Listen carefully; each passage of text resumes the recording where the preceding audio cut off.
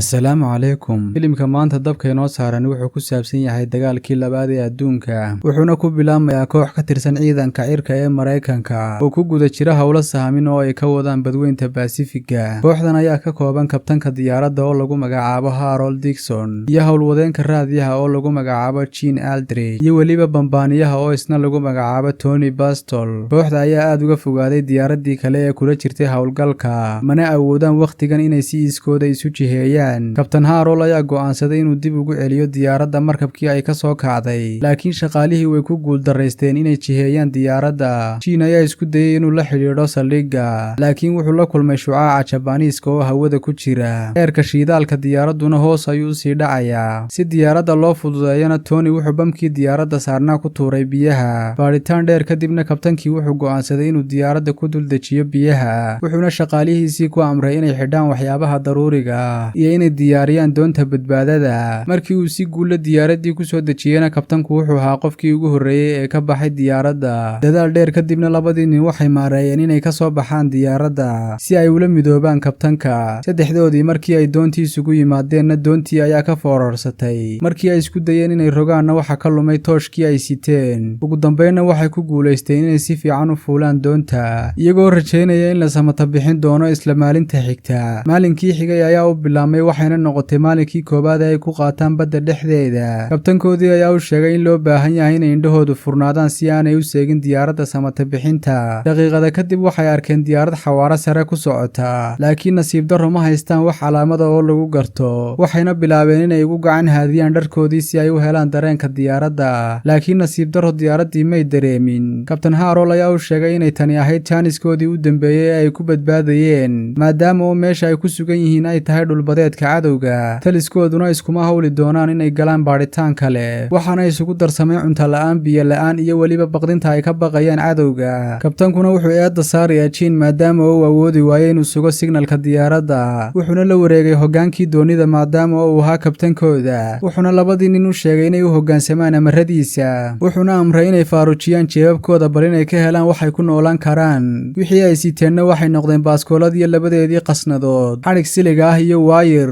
Harold ayaa mar kale ku amray inay iska tuuraan kabahooda si aanay uga xagan doonta, laakiin kabihiisii wuu reebtay si uu u helo wax uu xidho haddii ay doonta ka degaan. Gene iyo Tony wakhtiga badankiisa waxay ku qaataan ka sheekaysiga cuntada iyo adeegga militariga, halka uu kabtankoodu hurdo ku qaato wakhtigiisa. Habeennimadii Harold wuxuu ku amray inay soo jeedaan oo ay feejignaadaan, wuxuuna bilaabay inuu ku kaajo mid ka mida kabihiisii si uu u cabo. Maalintii xigtay, kabtanku wuxuu bilaabay inuu xisaabiyo meesha ay doontu u dhowdahay, wuxuuna u sheegay nimankii kale meesha dhul ugu dhow inay u jirto 10 mayl. Doontuna waxay ku sii jeedaa dhanka jasiiradda Hawaii, laakiin haddii ay nasiib u yeeshaan inay dabaylo yimaadaan, waxay u jihaysan doontaa jasiirado kale. Intaa kadib, Gene ayaa soo jeediyay inay isku dayaan kalluumaysi, waxayna bilaabeen inay dhisaan ul kalluumaysiya, waxayna ku tuureen biyaha badda. Daqiiqada kadib, dabinkoodii ayay ku guulaysteen, waxayna isku dayayaan inay soo jiidaan, laakiin kalluunkii ay qabteen wuxuuba noqday mid iyaga ka daran xagga gaajada, wuxuuna goostay qayb ka mida xadhiggii. Qorraxdii ayaa kululaatay, waxayna bilaabeen inay iska dadaan. Tony wuxuu ku fikerayaa waxa lagu abaalmarin doono haddii ay badbaadaan. Kabtankii ayaa u soo jeediyay in lagu eedayn doono bamkii ay ku tuureen biyaha badda. Tonyna wuxuu ugu jawaabay inaanay ciidana ku eedayn doonin oo uu ahaa shil diyaaradeed. Intaa kadib, Gene ayaa go'aansaday inuu dabaasho, laakiin kabtankii ayaa u digay maadaama uu soo weerari karo libaax badeedku. Gene markii uu arrinkaa maqlayna wuxuu si degdega ugu soo laabtay doontii. Maalintii xigtay, Gene iyo Tony waxay ka sheekaysanayaan wixii ay qaban jireen dagaalka ka hor. Tonyna wuxuu sheegay inuu ka soo qalin jabiyay koolajka makaanikada. Kabtankii markii uu maqlayna wuxuu ku eedeeyay inuu ka dambeeyay ciladii diyaaradda oo aanu makaaniko waxba ka garanayn. Maalin kasta oo gudubtana, kooxda niyadda ayaa ka sii xumaanaysa. Dhanka kale, Tony aad ayuu haraadan yahay, wuxuuna diyaar u yahay inuu cabo biyaha badda, laakiin kabtanka ayaa u diiday. 5 maalmood ayaa ka soo wareegtay wakhtigii ay badda soo galeen, waxayna la yaaban yihiin sababta ay u nafbixi waayeen. Laakiin kabtankii ayaa sheegay sababta ay u nafbixi waayeen inay tahay dhaqdhaqaaqa badan ee aanay samaynayn iyo kaadidooda oo ay cabayaan. Kabtankii wuxuu si kadisa jeebkiisa uga helay qalin, wuxuuna si xasuusa ku sawiray maabkii iyo halka ay ku sugan yihiin. Markii uu xisaabiyeyna, wuxuu ogaaday inay ku socdaan waddo saxa, taasoo dhammaantood u noqotay dhiirigelin. Waxay la soo baxeen qalabkii ay siteen si ay u dhisaan baroosin oo aanay dabayshu u khalkhalin jihadooda, waxayna wakhtiga rajeynayeen roob si uu haraadku uga bo'o. Ugu dambeyn, waxaa rumowday riyadoodii, waxaana u da'ay roob, waxayna u dhigteen wax kasta oo ay u dhigan karayeen biyaha waanay cabbeen. Tanna waxay sii dheeraynaysaa xitaa muddada ay sii noolaan karayaan. maalinkii xigay qorraxda oo kulul awgeed waxa gubtay jidhkoodii. jiinna weli wuxuu isku dayayaa inuu qabsado kalluun laakiin umay suurtagelin. wuxuuna la soo baxay mindi si uu ugu qabsado kalluunka, laakiin kabtankii ayaa ku amray inuu xareeyo si aanu u dhaawicin doonta. dheg jalaq umuu siin, wuxuuna bilaabay inuu biyaha ku dhufto. daqiiqada kadib wuxuu mindidii la helay shay. kabtankiina wuxuu mooday inuu dalooliyey doontii, laakiin si lama filaana wuxuu qabtay kalluun. muddo dheer kadibna waa markii koowaad ay helaan waxay cunaan. qayb ka mid a hilibkiina waxay ku kaydsadeen sharabaadada si ay ugu badbaadaan hadhow. doontii yaraydna waxaa ka buuxsamay dhiig, iyagoo oon ka fiirsanna waxay dhiiggii ku shubeen badda, taasoo keentay inay soo jiidato kalluun badan.